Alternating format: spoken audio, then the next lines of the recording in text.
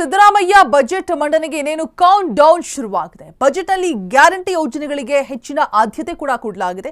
ಸಿದ್ದು ಲೆಕ್ಕಾಚಾರದಲ್ಲಿ ಯಾರ್ಯಾರಿಗೆ ಏನೇನ್ ಸಿಗುತ್ತೆ, ಗ್ಯಾರಂಟಿ ಜೊತೆ ಯಾವೆಲ್ಲ ವಲಯಗಳಿಗೆ ಪ್ರಾಮುಖ್ಯತೆ ಇರುವಂತದ್ದು, ಕೃಷಿ, ಕೈಗಾರಿಕೆ, ನೀರಾವರಿ, ಶಿಕ್ಷಣ, ಆರೋಗ್ಯ ಕ್ಷೇತ್ರ, ವಿವಿಧ ವಲಯಗಳಿಂದ ಸರ್ಕಾರಕ್ಕೆ ಹತ್ತಾರು ಬೇಡಿಕೆ ಇದೆ.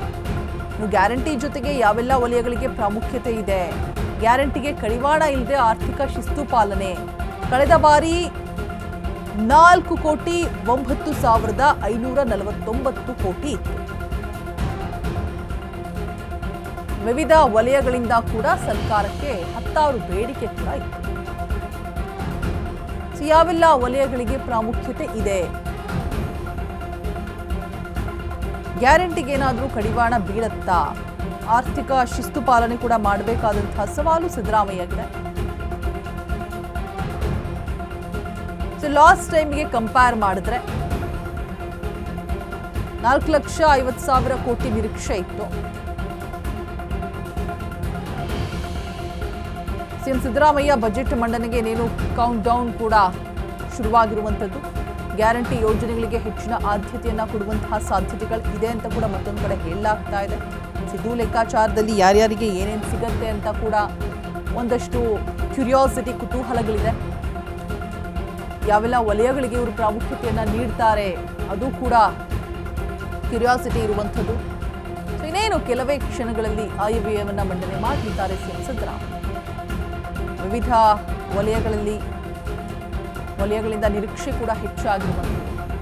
ಗ್ಯಾರಂಟಿ ಜೊತೆ ಯಾವೆಲ್ಲ ವಲಯಗಳಿಗೆ ಪ್ರಾಮುಖ್ಯತೆಯನ್ನ ಕೊಡ್ತಾರೆ ಅನ್ನುವಂತಹ ಒಂದು ಕುತೂಹಲ ಕೂಡ ಇರುವಂಥದ್ದು.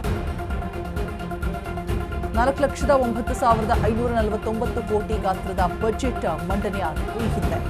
ಈ ಬಾರಿ 4,50,000 ಕೋಟಿ ಅಂತ ಹೇಳಲಾಗ್ತಾ ಇದೆ. ಕಾದು ನೋಡಬೇಕು. ಇನ್ನೇನು ಕೆಲವೇ ಕ್ಷಣಗಳಲ್ಲಿ ಬಜೆಟ್ ಮಂಡನೆಗೆ ಸಿದ್ದರಾಮಯ್ಯ ಸಿದ್ಧತೆಯನ್ನ ಮಾಡಿಕೊಳ್ತಾ ಇರುವಂಥದ್ದು. ಆಲ್ರೆಡಿ ಅಧಿಕಾರಿಗಳು ಬಜೆಟ್ ಪುಸ್ತಕದ ಇರುವಂತಹ ಒಂದು ಸೂಟ್ ಕೇಸನ್ನ ಸಿದ್ದರಾಮಯ್ಯ ಕೈಗೆ ಹಸ್ತಾಂತರ ಕೂಡ ಮಾಡಿದ್ದಾರೆ.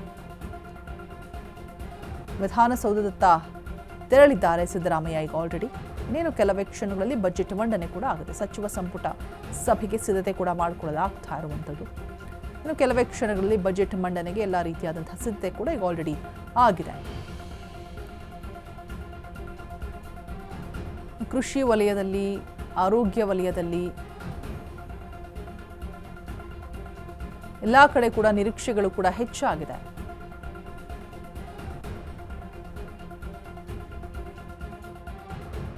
ಕ್ಷೇತ್ರದಲ್ಲಿ ಕೂಡ ಆವಾಗಲೇ ಪಬ್ಲಿಕ್ ರಿಯಾಕ್ಷನ್ಸ್ ಅನ್ನ ಕೇಳ್ತಾ ಹೋದಂತಹ ಸಂದರ್ಭದಲ್ಲಿ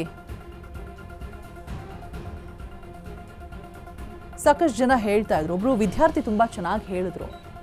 ಅಂದ್ರೆ ಏನೆಲ್ಲ ಸಮಸ್ಯೆಗಳಾಗ್ತಾ ಇದೆ, ನಾವು ಒಂದು ನಾಗರಿಕ ಸಮಾಜದಲ್ಲಿ ಬದುಕ್ತಾ ಇದ್ದೀವಿ ಅಂತ ಆದರೆ ಅಟ್ಲೀಸ್ಟ್ ಕನಿಷ್ಠ ಇಷ್ಟು ಸೌಲಭ್ಯಗಳನ್ನಾದರೂ ಕೊಟ್ಟರೆ ನಾವು ನಾಗರಿಕ ಸಮಾಜದಲ್ಲಿ ಬದುಕ್ತಾ ಇದ್ದೀವಿ ಅಂತ ಅರ್ಥ ಅಂತ ಹೇಳ್ಬಿಟ್ಟು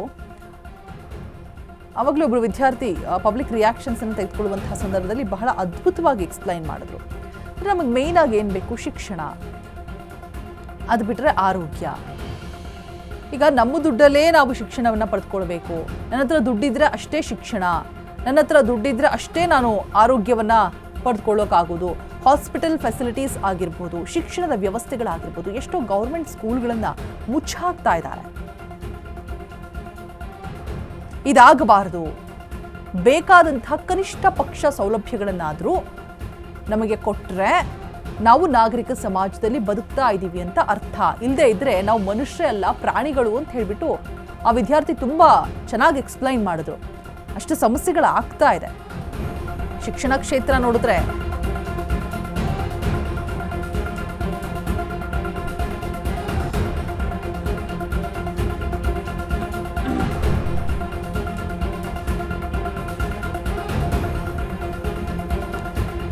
ಲೋಕಲ್ ಎಲೆಕ್ಷನ್ ಗುರಿಯಾಗಿಟ್ಟು ಬಜೆಟ್ ಅನ್ನ ಮಂಡನೆ ಮಾಡಲಿದ್ದಾರೆ ಸಿದ್ದರಾಮಯ್ಯ ಅನ್ನುವಂತಹ ಮಾಹಿತಿ ಕೂಡ ಇರುವಂಥದ್ದು.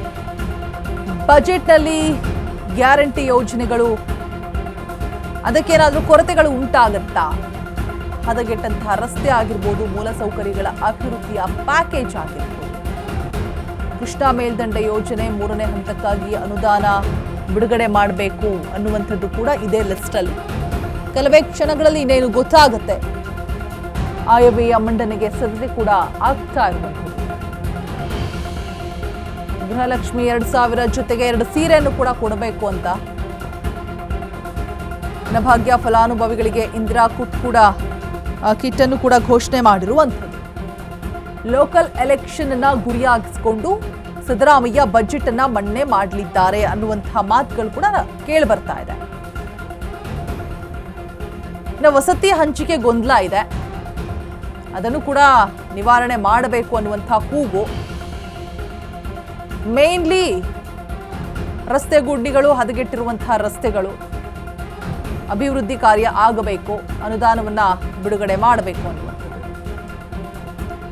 ಏನು ಕ್ಷಣಗಣನೆ ಆರಂಭ ಆಗಿದೆ ಸಿದ್ದು ಬಜೆಟ್ ಅನ್ನ ಮಂಡಿಸೋದಕ್ಕೆ. ಸುಟ್ಕೇಸ್ ಸಿದ್ದು ಕೈಯಲ್ಲಿದೆ, ಆಗಮಿಸಿದ್ದಾರೆ ವಿಧಾನಸೌಧಕ್ಕೆ.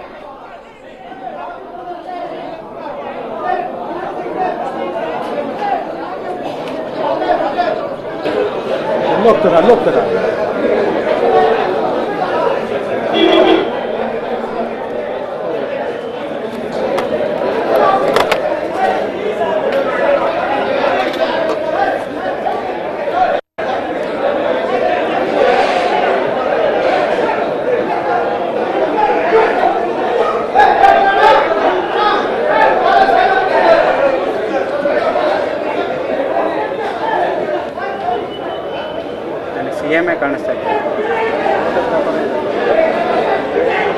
ಅವ್ರನ್ನ ಅಲ್ಲಿ ಬಿಟ್ಟಿದ್ದೆ ತಪ್ಪಾಗೋಯ್ತಲ್ಲ. ಅದೇನೇ ಹೇಳಿದ್ದು, ಅವ್ರಿಗೆ ಹೇಳಿದ್ರೆ ಕೇಳಿಲ್ಲ.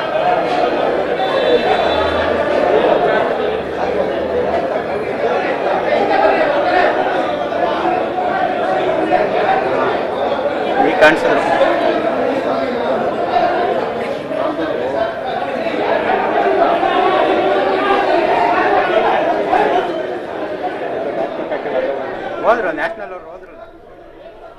ಸೊ ನೋಡ್ತಾ ಇರ್ಬೋದು ಸಿದ್ದರಾಮಯ್ಯನವರು ವಿಧಾನಸೌಧಕ್ಕೆ ಆಗಮಿಸ್ತಾ ಇರುವಂತಹ ದೃಶ್ಯಗಳು. ಸಿದ್ದರಾಮಯ್ಯನವರೇ ಕಾಣಿಸ್ತಾ ಇಲ್ಲ, ಅಷ್ಟಾಗಿ ಕ್ರೌಡ್ ಕೂಡ ಇದೆ. ಸೊ ಸಿದ್ದರಾಮಯ್ಯನವರು ಫೈನಲಿ ವಿಧಾನಸೌಧಕ್ಕೆ ಇದೀಗ ಆಗಮಿಸಿದ್ದಾರೆ. ಇನ್ನೇನು ಕೆಲವೇ ಹೊತ್ತಲ್ಲಿ ಆಯವ್ಯಯ ಮಂಡನೆ ಕೂಡ ಆಗಲಿದೆ. ಆ ಒಂದು ಬಜೆಟ್ ಪುಸ್ತಕ ಇರುವಂತಹ ಸೂಟ್ ಕೇಸನ್ನ ಹಿಡಿದುಕೊಂಡು ಸಿದ್ದರಾಮಯ್ಯ ವಿಧಾನಸೌಧಕ್ಕೆ ಆಗಮಿಸ್ತಾ ಇರುವಂತಹ ದೃಶ್ಯಾವಳಿಗಳನ್ನು ಈ ಪರದೆಯಲ್ಲಿ ಗಮನಿಸ್ತಾ ಇದ್ದಾರೆ. ಏನು ಕೆಲವೇ ಹೊತ್ತಲ್ಲಿ ಆಯವ್ಯಯ ಮಂಡನೆ ಕೂಡ ಆಗಲಿದೆ. 10:15 ಅಂತ ಹೇಳಿದ್ರು. ಕಾದು ನೋಡಬೇಕು ಸಿದ್ದು ಲೆಕ್ಕಾಚಾರದಲ್ಲಿ ಯಾರ್ಯಾರಿಗೆ ಏನೇನು ದಕ್ಕತ್ತೆ. ಮಹಿಳೆಯರಿಗೆ ಗುಡ್ ನ್ಯೂಸ್ ಕೊಡ್ತಾರೆ ಅನ್ನುವಂಥ ನಿರೀಕ್ಷೆ ಬಹಳ ಇದೆ. ಕಾದು ನೋಡಬೇಕು. ಈ ಲೋಕಲ್ ಎಲೆಕ್ಷನ್ ಅನ್ನ ಮುಂದಿಟ್ಕೊಂಡು ಬಜೆಟ್ ಅನ್ನ ಮಂಡನೆ ಮಾಡಲಿದ್ದಾರೆ ಅನ್ನುವಂಥ ಮಾಹಿತಿಗಳು ಕೂಡ ಕೇಳಿ ಬರ್ತಾ ಇದೆ.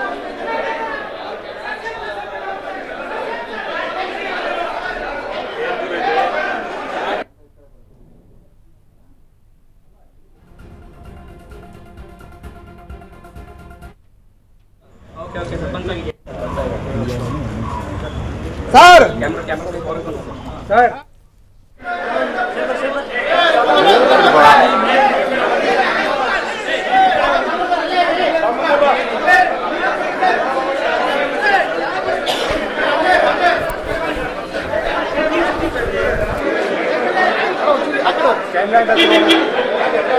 ನೋಡೋ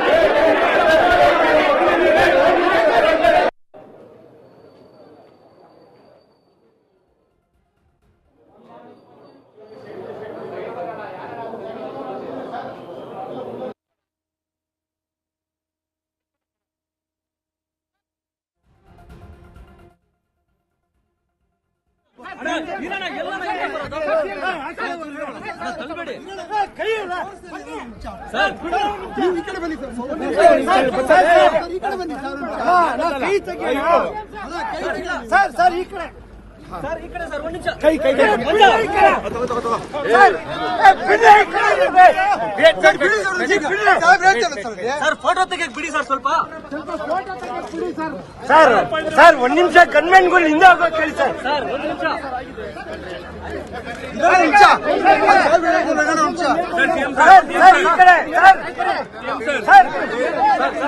ಸರ್ ಸ್ವಲ್ಪ ಈ ಕಡೆ ನಮ್ಮ ಕಡೆ ತಿರುಗಿಸಿ ಸರ್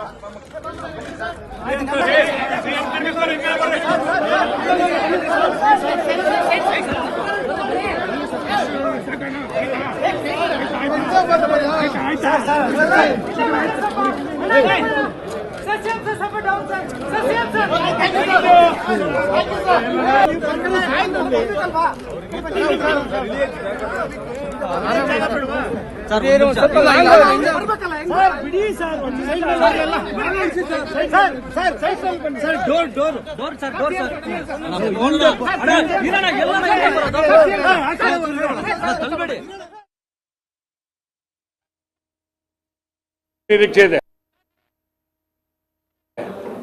5 ಗ್ಯಾರಂಟಿಗಳನ್ನ ಕೊಡೋದ್ರ ಮೂಲಕ ಯುವಕರಿಗೆ ಉದ್ಯೋಗದಲ್ಲಿ ನೇಮಕಾತಿಯನ್ನು ಮಾಡ್ತೀವಿ ಅನ್ನುವಂಥ ತೀರ್ಮಾನದಲ್ಲಿ ಇವತ್ತು ರಾಜ್ಯದ ಬಜೆಟನ್ನು 10-15ಕ್ಕೆ ಘೋಷಣೆ ಮಾಡ್ತಾರೆ. ಆ ಪ್ರಾರಂಭ ಆದ ನಂತರ ನಾವು ರಿಯಾಕ್ಟ್ ಮಾಡ್ತೇವೆ. ಒಂದು ಒಳ್ಳೆ ಬಜೆಟನ್ನು ಕೊಡ್ತಾರಂತ ನಮಗೆಲ್ಲರಿಗೂ ನಿರೀಕ್ಷೆ ಇದೆ. ಅದು ಅಭಿವೃದ್ಧಿ ಆಗಿರ್ಬೋದು, ಸರ್ವಧರ್ಮಕ್ಕಾಗಿರ್ಬೋದು, ಆರೋಗ್ಯ, ಶಿಕ್ಷಣ ಮತ್ತು ಇತರೆ ಮೂಲಭೂತ ಸೌಕರ್ಯಗಳನ್ನು ಕೊಡಲಿಕ್ಕೆ ವಿಶೇಷವಾದಂಥ ಒತ್ತನ್ನು ಕೊಡ್ತಾರೆ ಅನ್ನುವಂಥ ಮಾಹಿತಿ ಮಾಧ್ಯಮಗಳ ಮೂಲಕ ಕೊಡೋಗಿದೆ. ಆ ಬಜೆಟ್ಟು ಗೌಪ್ಯತೆ ಇರೋದ್ರಿಂದ ಮುಖ್ಯಮಂತ್ರಿಗಳು 10-15ಕ್ಕೆ ಪ್ರಾರಂಭ ಮಾಡಿದ್ರ ಬಗ್ಗೆ ನಾವು ಅದಕ್ಕೆ ರಿಯಾಕ್ಟ್ ಮಾಡ್ಬೋದು. ನನಗೊಂದು ಆಶಾಭಾವನೆ ಇದೆ, ಮುಖ್ಯಮಂತ್ರಿ ಸಿದ್ದರಾಮಯ್ಯನವರು ಒಳ್ಳೆಯ ಬಜೆಟ್ನನ್ನು ಇವತ್ತು ಕೊಡ್ತಾರೆ ಅನ್ನುವಂಥ ವಿಶ್ವಾಸ ನನಗಿದೆ. ಸರ್, ಈಗ ವಿಪಕ್ಷದವರೆಲ್ಲ ಸಿದ್ದರಾಮಯ್ಯನವ್ರನ್ನ ಸಾಲದ ರಾಮಯ್ಯ ಅಂತ ಟೀಕೆ ಮಾಡ್ತಿದ್ದಾರೆ ಸರ್. ಪ್ರತಿ ಬಜೆಟಲ್ಲೂ ಕೂಡ ಸಾಲ ಬಿಟ್ಟು ಹೋಗ್ತಿದ್ದಾರೆ ಅಂತ. ಒಂದು ವೈಟ್ ಪೇಪರ್ ಹೊರಡಿಸ್ಲಿ ಕೇಂದ್ರ.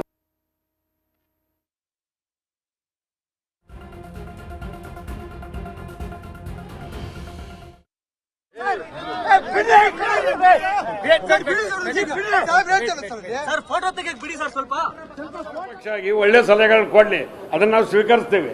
ಅದು ಬಿಟ್ಟುಕೊಟ್ಟು ಸಾಲದ ರಾಮಯ್ಯ, ಈದ್ ರಾಮಯ್ಯ, ಮತ್ತೆ ನೀವೇನು ಮಾಡಿದ್ರಿ? ಇವತ್ತು ಕೇಂದ್ರ ಸರ್ಕಾರದಿಂದ ದುಡ್ಡು ಯಾಕೆ ಕೊಡ್ತಾ ಇಲ್ಲ? ಹಿಂಗೆ 100 ಕೇಳ್ಬೋದು. ಆದರೆ ನಾವು ಕೇಂದ್ರ ಸರ್ಕಾರ ಇವತ್ತು ತಾಯಿ ಸ್ಥಾನದಲ್ಲಿದೆ. ಇವತ್ತು ನಾವೆಲ್ಲರೂ ಒತ್ತಾಯ ಮಾಡ್ತೇವೆ, ಮಹದಾಯಿ ಕಳಸಾ ಬಂಡೂರಿ ಆಗಬೇಕು, ಮೇಕೆದಾಟು ಆಗಬೇಕು, ನಮ್ಮ ರಾಜ್ಯದ ನೀರಾವರಿಗೆ ದುಡ್ಡು ಕೊಡಬೇಕು ಅಂತ ಕೇಳ್ತೀವಿ, ಮತ್ತು ಕೇಂದ್ರ ಸರ್ಕಾರ ಕೊಡ್ತಾ ಇಲ್ಲ. ಮತ್ತು ನಮ್ಮ 28 ಜನ ಸಂಸದರು ಏನು ಮಾಡ್ತಾರಲ್ಲಿ? ಅದಕ್ಕೆ ಉತ್ತರ ಹೇಳ್ಬೇಕಲ್ಲ ಅವರು. ಒಂದು ವಿರೋಧ ಪಕ್ಷವಾಗಿ ಕೇಂದ್ರದಲ್ಲಿ ಆಡಳಿತ ನಾವು ಸಮರ್ಥವಾಗಿ ಸರ್ಕಾರ ಕೊಡ್ತೀವಿ, ಒಳ್ಳೆಯ ಬಜೆಟ್ ಅನ್ನು ಕೊಡ್ತೇವೆ.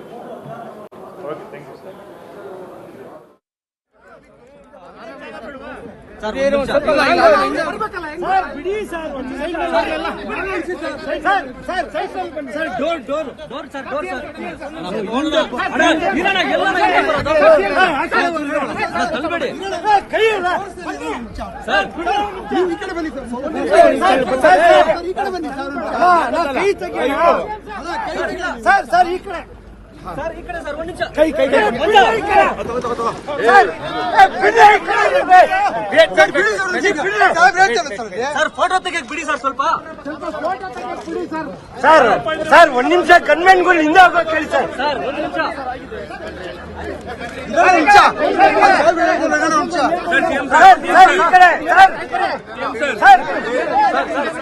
ಸ್ವಲ್ಪ ಈ ಕಡೆ ನಮ್ಮ ಕಡೆ ತಿರುಗಿಸಿ ಸರ್.